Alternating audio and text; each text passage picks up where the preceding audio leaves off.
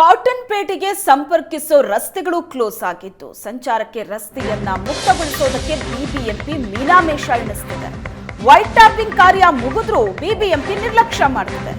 ಒಂದು ವಾರದ ಹಿಂದೆ ವೈಟ್ ಟ್ಯಾಪಿಂಗ್ ಕಾಮಗಾರಿ ಮುಕ್ತಾಯ ಆಗಿದೆ.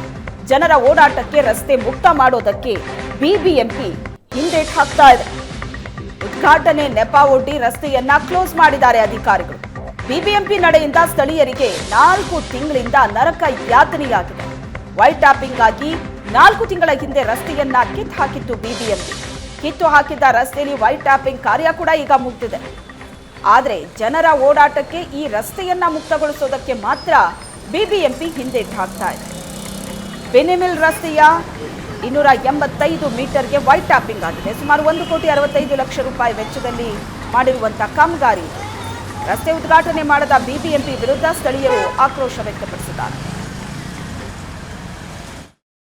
ಸರ್ಕಾರ ಮತ್ತು ಬಿಬಿಎಂಪಿ ಮಾಡುವಂತಹ ಕಾಮಗಾರಿಗಳು ಸಾರ್ವಜನಿಕರ ಉಪಯೋಗಕ್ಕ ಅಥವಾ ಬಿಬಿಎಂಪಿ ಮತ್ತು ಸರ್ಕಾರ ಶೋ ಆಫ್ ಮಾಡೋದಕ್ಕೆ ಅನ್ನುವಂತಹ ಅನುಮಾನ ಕಾಡ್ತಾ ಇದೆ. ಯಾಕಂದ್ರೆ ಈ ಅನುಮಾನಕ್ಕೆ ಕಾರಣ ಆಗಿರುವಂಥದ್ದು ಕಾಟನ್ ಪೇಟೆ ಮುಖ್ಯ ರಸ್ತೆಯ ಪಕ್ಕದಲ್ಲೇ ಇರುವಂತಹ ರಸ್ತೆ.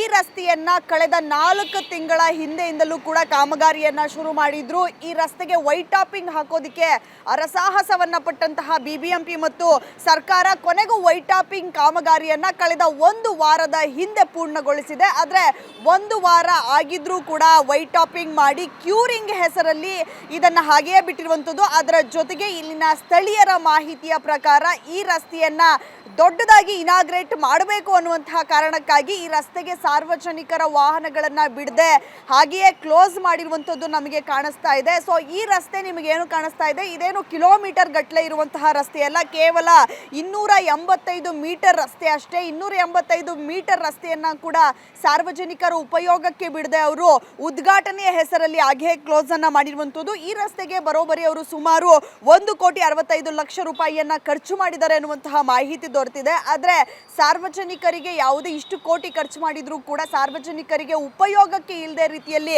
ಈ ರಸ್ತೆಯನ್ನ ಹಾಗೆ ಉಳಿಸ್ಕೊಂಡಿರುವಂಥದ್ದು. ಕಳೆದ 4 ತಿಂಗಳಿಂದ ಕಾಮಗಾರಿ ಶುರು ಮಾಡಿದ್ರು ಕೂಡ ಕಾಮಗಾರಿ ಪೂರ್ಣಗೊಂಡಿರಲಿಲ್ಲ ಅನ್ನುವಂತಹ ಹೆಸರಿನಲ್ಲಿ ರಸ್ತೆಯನ್ನ ಕ್ಲೋಸ್ ಮಾಡಿದ್ರು. ಅದರ ಜೊತೆಗೆ ಕಾಮಗಾರಿ ಪೂರ್ಣಗೊಂಡ್ರೂ ಕೂಡ ಸಾರ್ವಜನಿಕರ ಉಪಯೋಗಕ್ಕೆ ಕೊಡದೇ ಇರುವಂಥದ್ದು ವಿಪರ್ಯಾಸ ಅಂತಾನೆ ಹೇಳ್ಬಹುದು. ಸದ್ಯಕ್ಕೆ ಸಾರ್ವಜನಿಕರು ನಮ್ಮ ಜೊತೆ ಇದ್ದಾರೆ, ನಾನು ಅವ್ರನ್ನೇ ಮಾತನಾಡಿಸ್ತಾ ಹೋಗ್ತೀನಿ.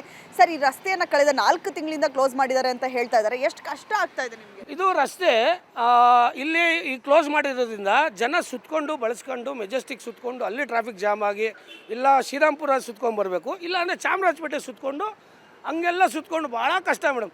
ಈ ಸಣ್ಣ ಪುಟ್ಟ ಗಲ್ಲಿಗಳಲ್ಲೆಲ್ಲ ಜನಗಳು ಗಾಡಿಗಳು ಹೋಗೋದ್ರಿಂದ ಮಕ್ಕಳಿಗೆ ತೊಂದರೆ, ಜನಗಳಿಗೆ ತೊಂದರೆ ಇಲ್ಲಿ. ಸೊ ಈ ಥರ ತೊಂದರೆ ಆಗಿದೆ ಮೇಡಮ್.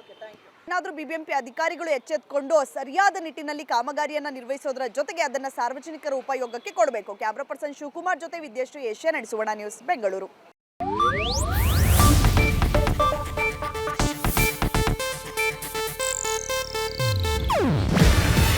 ಇದು ಏಷ್ಯಾನೆಟ್ ನ್ಯೂಸ್ ನೆಟ್ವರ್ಕ್ ಪ್ರಸ್ತುತಿ. ನೀವು ನೋಡ್ತಿದ್ದೀರಾ ಏಷ್ಯಾನೆಟ್ ಸುವರ್ಣ ನ್ಯೂಸ್.